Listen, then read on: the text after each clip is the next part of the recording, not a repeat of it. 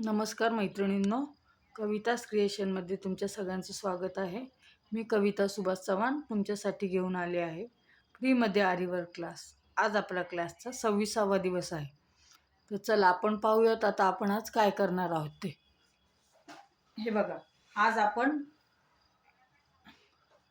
जरीचं work आपलं थांबवलेलं आहे आणि आपण हा थ्रेड घेतलेला आहे. मी तुम्हाला सांगितलं होतं मटेरियलमध्ये आपल्याला असा सिल्क थ्रेड घ्यायचा आहे. अशा प्रकारची बंडली येतो, असा रळी येतो. अगदी स्वस्त असतो, 15-20 रुपयापर्यंत हा रिळ येतो. प्रत्येक कलरमध्ये अवेलेबल असतो. फक्त नाजूक असतो हा रिळ. हा जो धागा आहे ना थोडासा नाजूक असतो. नाजूक म्हणजे कसं आपलं हे बघा, अशा प्रकारे तो लवकर तुटतो. ह्याचे वापर भरपूर आहेत आणि खूप छान वर्क दिसतं ह्याच्यामुळं. ह्याने आपल्याला गोंडेही बनवता येतात. आपण गोंड्यांचाही पुढं क्लास घेणार आहोत. माझे सगळे क्लास आहेत ते यूट्यूबवर फ्रीमध्ये आहेत. हे तुम्हाला माहितीच पडलं असेल की ताई घेतात हे क्लास, फ्रीमध्ये घेतात. ते बघा, आपल्याला पहिला आहे ना हा धागा असा डबल करून घेतलेला आहे. मी असा डबल करून घेतलेला आहे. हा डबल केला, मग इथं गाठ मारून टाकली. ही अशा प्रकारे एक गाठ मारून 1 2 3 4 अशा भरपूर गाठी मारून घ्यायच्या. जेवढी गाठ मारायची की कपड्यातनं वर आली नाही पाहिजे. बघा, अशी मी जाड अशी गाठ मारून घेतलेली. आणि धागा जो घेतलेला आहे तो डबल आहे. हे पहिलं लक्षात घ्या, धागा आपण डबल घेतलेला आहे, सगळ्यात महत्त्वाची गोष्ट. त्याच्यानंतर आपण नेहमीप्रमाणे जसं चेन स्टिचला घेतो तसंच घ्यायचं आहे. ह्याच्यामध्ये गाठ पकडलेली आहे आणि आता हा धागा जो आहे मी हा रिळ जो आहे तो खाली टाकते. आणि हात सुद्धा हा जो हात आहे तोही माझा स्टँडच्या आपल्या खाली असणार आहे. कालची तुम्हाला ही लाईन माझी दिसतीये, अगोदरच्या व्हिडिओमधली आपली लाईन केलेली आहे. ही कशी झिगझॅगमध्ये झालेली आहे. आपली नुसती चेन स्टिच जी आहे ती बघा, ह्या इकडे ज्या आहेत ह्या लाईनी आहेत जुन्यामधल्या आपल्या, ह्या ज्या आहेत हे बघा, ह्या ज्या आहेत ना ह्या सगळ्या चेन स्टिच आहे फक्त. आणि ह्याला चेन स्टिच आणि प्लस झिगझॅग असं करून ही लाईन आपली तयार झालेली आहे. मग आपल्याला अशाच प्रकारे आता ह्या थ्रेडची झिगझॅग चेन स्टिच करून घ्यायची. तर माझ्या चॅनलला ज्या नवीन आहेत त्यांनी मला लाईक करा, शेअर करा, सबस्क्राईब करा. माझ्या अशाच नवीन नवीन व्हिडिओज पाहण्यासाठी बेल आयकॉनचं बटन दाबा, म्हणजे तुम्हाला माझ्या नोटिफिकेशन लवकरात लवकर मिळतील, पटकन भेटतील. बघा, अशा प्रकारे हा आता धागा घेतल्या लक्षात ठेवायचा, आपण हा डबल धागा घेतलेला आहे. हा डबल धागा घेतलेला आहे. आपल्याला आता ह्याची चेन स्टिच करायची आहे. हा धागा जो आहे खूप हळूवारपणे हाताळावा लागतो, कारण खूप तुटायची शक्यता असते. त्यामुळं हळूहळू व्यवस्थित आपल्याला चेन स्टिच ह्याची करायची. खूप जण चेन स्टिच करणं म्हणजे सिल्क थ्रेडचा वापर करणं टाळतात, पण मी तर म्हणेल की सिल्क थ्रेडनीच छान दिसतो ब्लाऊज. जे वर्कमध्ये कलरफुल मॅचिंगचं आपण साडीची मॅचिंग असते त्यावेळेस आपण एखादा धागा घेतो तो इतका सुंदर दिसतो. बघा, अशा प्रकारे आपल्याला चेन स्टिच करायची आहे. काही धागा तुटत नाही, काही नाही, फक्त ओढा ताड न करता हळूवारपणे करायची आहे. वेळ तर सगळ्यालाच लागतो. वेळ सहज जर कुठली गोष्ट आपल्याला भेटत असती तर त्या वस्तूची किंमतही आपल्याला कळाली नसते.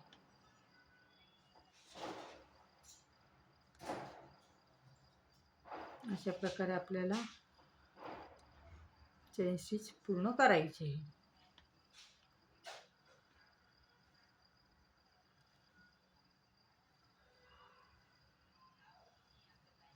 धागा जेवढा लागतो तेवढाच वर घ्यायचा आहे. फक्त आपल्या सुईचं टोक फिरवणं ह्याच्यामध्ये सगळ्यात महत्त्वाचं हेच. आता बघा, माझा इथं एक धागा वर आला आणि एक धागा खालीच राहिला. मग आपण काय करायचं, एवढा टाका खोलायचा आहे. तो टाका खोलून अगोदरच्या टाक्यामध्ये सुईचं टोक टाकायचं आणि परत जे आपलं काम आहे ते कंटिन्यू करायचं आहे. समजा चुकून जर असं एखादा टाका, तसंच झाले परत.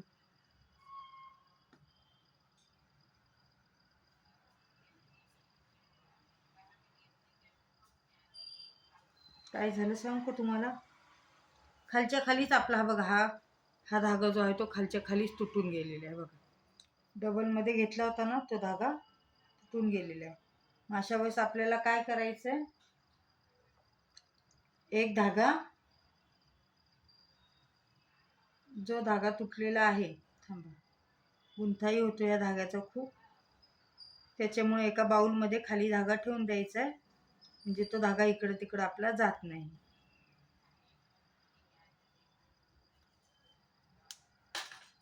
बघा आता मी काय केलंय, हा दुसरा धागा घेतलेला आहे वेगळा, रीळमधला एक असा तुकडा तोडून, 1 मीटरभर तुकडा तोडून घेतलेला आहे. आता ह्याला चांगली टाईट गाठ बांधून घ्यायची.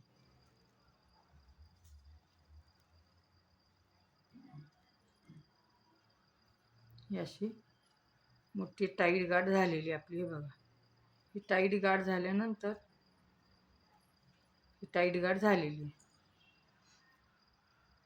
मी आता आता सिंगल धागा आहे आपला, आपल्याला तर डबल धागा पाहिजे, आणि आपला एक धागा खाली आहे. एक अगोदरच्या टाक्यामधनं हा टाका, तो धागा आणि जो पहिला धागा आहे तो, दोन्ही पण धागे वर घेतले.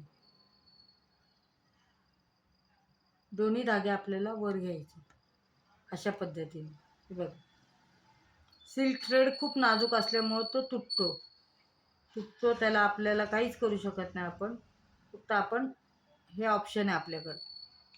आता जो एक धागा आहे तो आपण एक्स्ट्राचा घेतलेला आहे, त्याची तो ओढून घ्यायचा आहे, म्हणजे जसं आपण बाकी दुसरा धागा ओढून घेतो तो, आणि ही जी वरती गाठ आली, ही जो दुसरा धागा आहे तो, हे दोन्ही एकसारखे आपल्याला करून घ्यायचे. बरं झालं उलट तुटला, म्हणजे ते ऑप्शन पण मला सांगायला बरं पडलं, म्हणजे समजा असा कधी धागा तुटला तर काय करायचं हे आपल्याला कळून जातं. आता परत जे आहे आपलं ते काम कंटिन्यू करायचं आहे. सुईचं टोक पुढं, धागावर घेणं, सुईचं टोक मागं घ्यायचं, फक्त अर्धी गोल फिरवायची सुई, बस अर्धी गोल फिरवायची, पुढं जायचं. सुईचं टोक फक्त मागं घ्यायचं, पुढं यायचं. सुईचं टोक मागं घेतलं की बरोबर आपला पूर्ण टाका व्यवस्थित होतो एकदम, आणि आपलं कामही छान होतं. एवढ्या हळुवारपणे करून सुद्धा धागे तुटतात.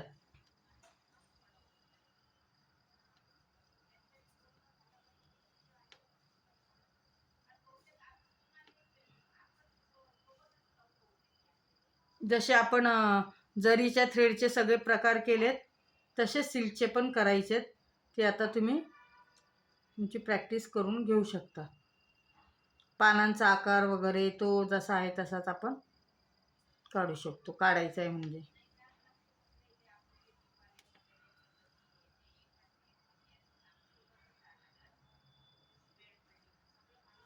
माझे व्हिडिओ पाहताय का कोणी?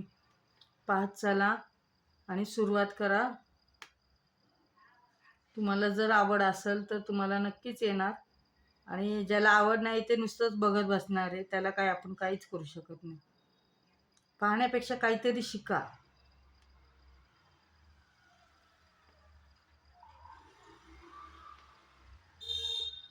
घरी बसून आपले आपले जरी ब्लाऊज झाले तरी पण चांगलीच गोष्ट आहे, चांगलंच आहे.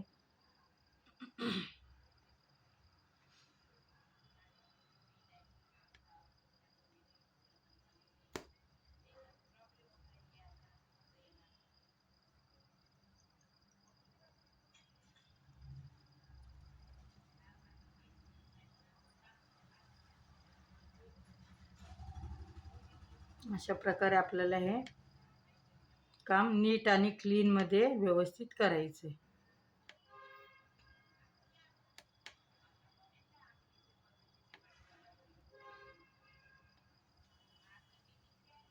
एकदा एक वेळेस सुई चैन स्टिच आपल्याला व्यवस्थित करता आली की पुढचं सगळं काम आपलं व्यवस्थित छानच होतं.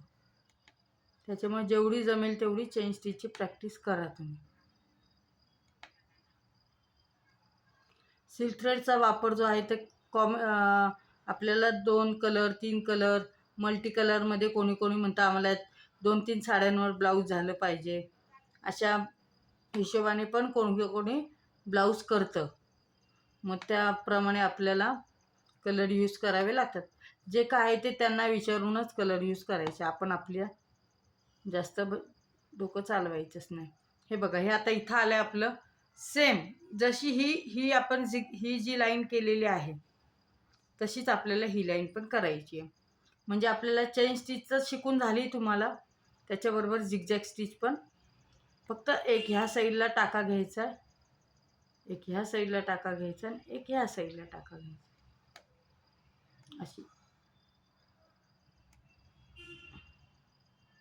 अशा प्रकारे आपल्याला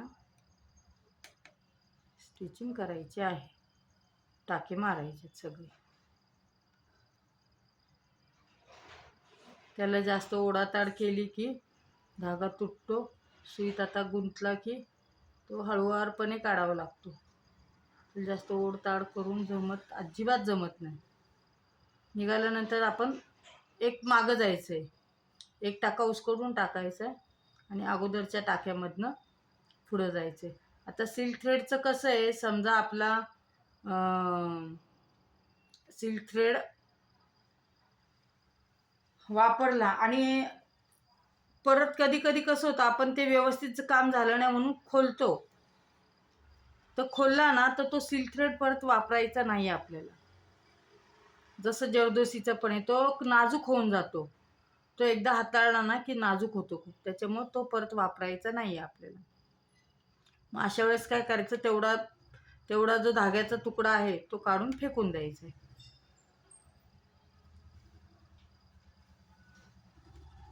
तो नाजूक असल्यामुळे तो टिकला पण पाहिजे ना, आपण एखाद्याच्या ब्लाऊजवर करतोय तो. तर ते टिकण्यासाठी आपल्याला